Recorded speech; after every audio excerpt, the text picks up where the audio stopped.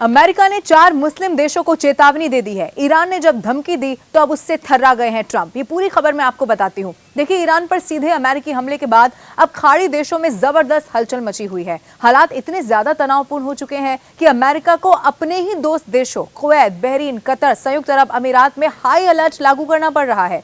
वजह साफ है, ईरान ने साफ तौर पर धमकी दे दी है कि अब अमेरिकी नागरिक और सैन्य अड्डे चाहे जहां पर भी हों उसके निशाने पर हैं। ईरान का ये रुख न केवल अमेरिका बल्कि मिडिल ईस्ट के लिए एक बड़ी खतरे की घंटी साबित हो सकता है।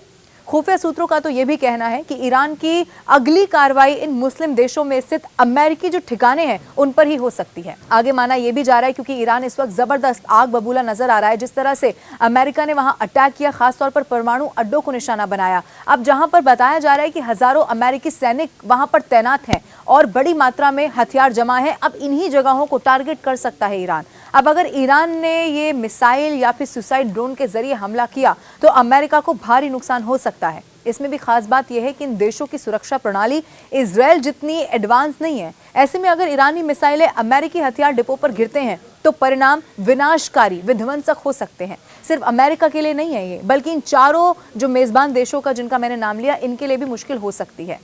अब सवाल ये है कि अमेरिका को किस तरह की सजा ईरान देने वाला है। ये तो तय है कि चेतावनी जरूर अमेरिका के राष्ट्रपति डोनाल्ड ट्रंप ने दी कि अगर अब पांव पीछे नहीं हटाए तो फिर तबाही के लिए तैयार रहना होगा। और उसके ठीक बाद इजराइल पर और ज्यादा इंटेंसिटी से हमला करना यह बताता है कि ईरान झुकने वाला तो नहीं है। और ईरान की जो ये चेतावनी अब जारी हो गई है, इसके बाद अमेरिका ने न केवल अपने सैनिकों को सतर्क कर दिया है, बल्कि अमेरिका ने फौरन चारों देशों में कोड रेड अलर्ट जारी कर दिया है। अब यहां जमीन से लेकर आकाश तक रक्षा कवच बिछाया जा रहा है।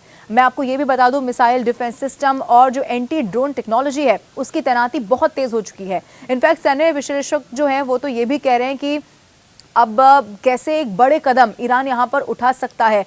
और अब तबाही आप यहाँ पर तय मानिए। ऐसा इसीलिए माना जा रहा है क्योंकि ईरान एक के बाद एक और ज्यादा ताबड़तोड़ बैलिस्टिक मिसाइलों से हमला कर रहा है। लेकिन अभी तक जो टारगेट है वो इजराइल को बनाया गया। अमेरिका जो बेसिस हैं खासतौर पर उनको भी टारगेट नहीं किया गया, लेकिन उसकी तैयारी इस वक्त ईरान कर रहा है, ये माना जा रहा है।